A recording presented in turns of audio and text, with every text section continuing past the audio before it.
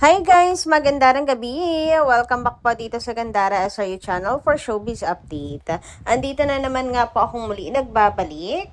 Ang nagmamaganda ninyo kachismosang Kim Pao, wala na nga pong iba, ang lokaret na si Gandara SRU upang maghatid sa inyo ng latest update and fresh happenings patungkol kina Kim Chiu and Paolo Avellino. And para nga sa gabing ito ang tatalakayin natin at pag-uusapan ay mayroong kinalaman po dito sa rest house ni Kimi sa Tagaytay. And syempre, tungkol sa post ni Paolo Avellino and ni Kim Chiu na para bang nagbibigay po ng kalituhan at panlilin lang sa mga Kim Pao fans. Pero syempre bago po ang lahat, sa mga di pa nakaka-subscribe sa ating channel, wag na kayong mag-atubili na pindutin po ang subscribe button at notification bell na riyan sa baba, sapagkat araw-araw tayo po ay nagbibigay ng mga balita, mga bagong ayuda kina Kim and Paolo, and syempre update sa kanila pong mga event.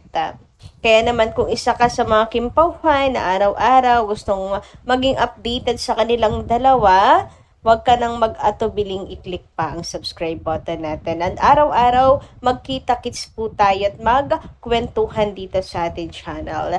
Anyway, nais din po pala nating magpasalamat naman sa atin pong mga taga-subaybay na nakatutok talaga po at napakasisipag pong mag-comment sa atin pong mga updates. And bilang pasasalamat nga, ilang comment ang atin pong napiling basahin ngayong gabing ito para bigyan na rin 'di ba ng tinig po ang mga reaksyon at saloobin ng mga ka-Kim Pao po natin bilang mga fans nila Kim and Paolo. So ito na nga ang first commentary natin para sa gabing ito ay si Ma'am Annalyn Hiccup. Shoutout Ma'am Annalyn at magandarang gabi. Ang sabi niya rito, so, kanina pong umaga niya comment to, "Good morning, Gandara. Basta ako so happy para sa kanila.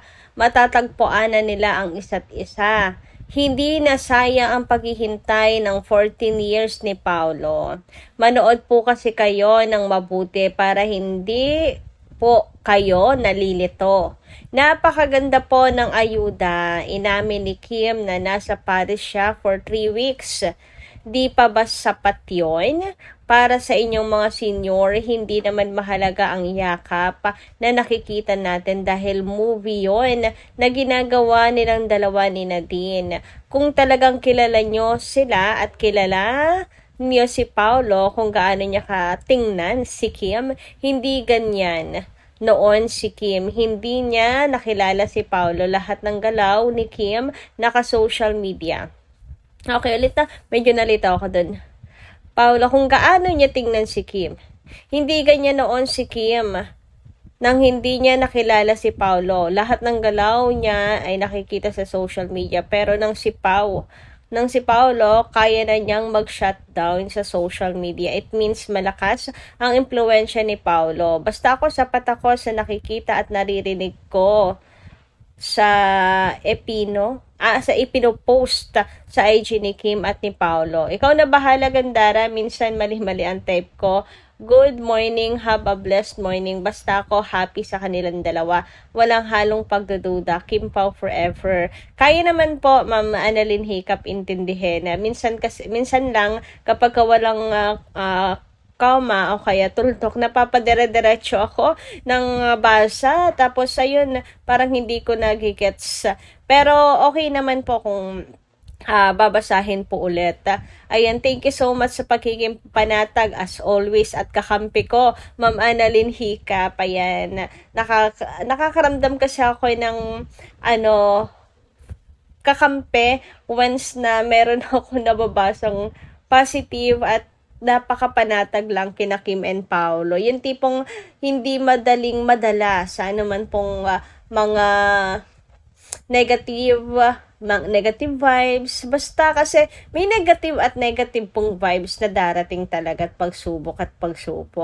Pero kasi kapag ka matatag ka at talagang malakas ang kapit mo kina Kim and Paolo, hindi ka matutoksong maniwala at isipan ng kung anong masama sina Paolo Avellino at si Kim Chiu. Kaya naman thank you so much guys sa pagiging kakampi ko bilang hashtag Team Panatag. Anyway, dumako naman tayo ngayon dito sa comment po ni Ma'am Edita Nadonsa. Maganda ng gabi. Hi Gandara, anong balita? Si Bella gusto matandem si Gerald at Kim. So, wag tayong maniwala kasi sabi ni Kimi, no more second chances. Tama na Gerald, hindi yan gusto ni Bella. Magkabalikan sila Gerald na isang project. No way. Mga bashers na nag-uumpisa sa mga fake news. Hoy, Gerald, tama na. At itigil mo na ang kababaerohan mo. Huwag si Kimi kasi may Paulo na. Kung gusto mo, doon ka na ni Julia Barreto. Magsama kayong dalawa, mahiya ka naman. Kapal ng mukha. Huwag naman po tayong ganyan kasi hindi pa naman po confirm ba na nililigawan or ko lumalapit at kumakapit na naman po siya kay Kim. Isi-reserve po natin ang ating mga hanash kapag napatunayan talaga yung tungkol po sa mga bali-balita kay Gerald. And yung tungkol kay Belle, napakalinaw na fake news talaga yun. Hindi po niya kakalabanin si Kim, hindi niya tatalikuran si Kim, hindi po niya babastusin si Kimi. Kaya naman, wala pong katotohanan na yung mga sinabing okay daw sa kanya na magbalik tambalan ang Kim Gerald. Kasi malaki po ang respeto niya kay Chinita Princess. Lagi nga po siyang andyan, one call away. At kahit hindi tawagin ni Kim, nandyan po si Bella. Sumusugod po agad para po i-comfort siya. Alam na alam niya kapag may problem si Chinita Princess. So bakit niya sasaktan at tatry do rin si Kimi, diba? Anyway, let's move on naman sa next comment natin na mula po kay Ma'am Leonida Cedillo. Comment niya po ito kahapon, kanina umaga. Ma'am Gandara, totoo, nandun si Kim sa taping ni Paolo. May nagsabi sa akin. Totoo talaga, Ma'am Leonida. Totoong-totoo, walang halong kalokohan. Nandun po talaga siya. Mayroon pong mga patunay kahit po nakatalikod si Kim. Kilalang kilala ng mga Kim Pao fans kahit tawa lang ni Kim. Kilalang kilala ng Kim Pao fans. Kaya hindi po maikakaila at hindi po fake news, Ma'am Leonida, na si Kim ay nandun po talaga sa taping ng project ni Paula Avellino with Nadine sa France. Nanggaling na rin naman kay Kim po mismo na talagang nag-stay po siya sa France or sa Paris ng 3 weeks. So, diba? Anyway, pag-usapan naman po natin ang mga nasagap nating balita ngayong araw at unahin na natin ang tungkol dito sa rest house ni Kimi sa Tagaytay na kesyo benenta na raw ni Kim ang rest house niya na to sa Tagaytay dahil po sa patrobak pictures ng mga kapatid ni Kimi sa rest house. So, ano ka daw ang ibig sabihin nito? Bakit may patrobak? Pinamanage na kaya ni Kimi kay Ate Twinkle itong rest house sa Tagaytay? Siya na ang bahala kung anong gagawin? Napaisip kasi ang ilan at bakit naman biglang magto-throwback po sila dito na para bang ang laking kawalan sa kanila ng lugar sa Tagaytay. Bakit sila biglang mapapatrowback na lang ng gano'n? Sabi nga dito, 'di ba, ito yung property na nabili ni Kim Chiu sa Tagaytay, na patrowback kasi ang mga kapatid. Totoo kaya na hindi na nila ito pagmamay-ari? Well, actually, nakita ko na rin po yung throwback na yan. Nung nakaraang araw pa yan, actually. Parang hindi pa nakakauwi si Kim. Napatrowback na po sila. At napaisip din ako, bakit napatrowback? Anong meron? Parang binenta ganyan. Pero ganun pa man, yun kasi yung dating. Pero sa isip at sa puso, nagtatalo kasi nga alam po natin kung gaano po ipinanalo ni Kim na siya ang makabili nitong rest house na to, at napaka-importante kay Kim ng rest house na to, mga kakimpaw sa Tagaytay.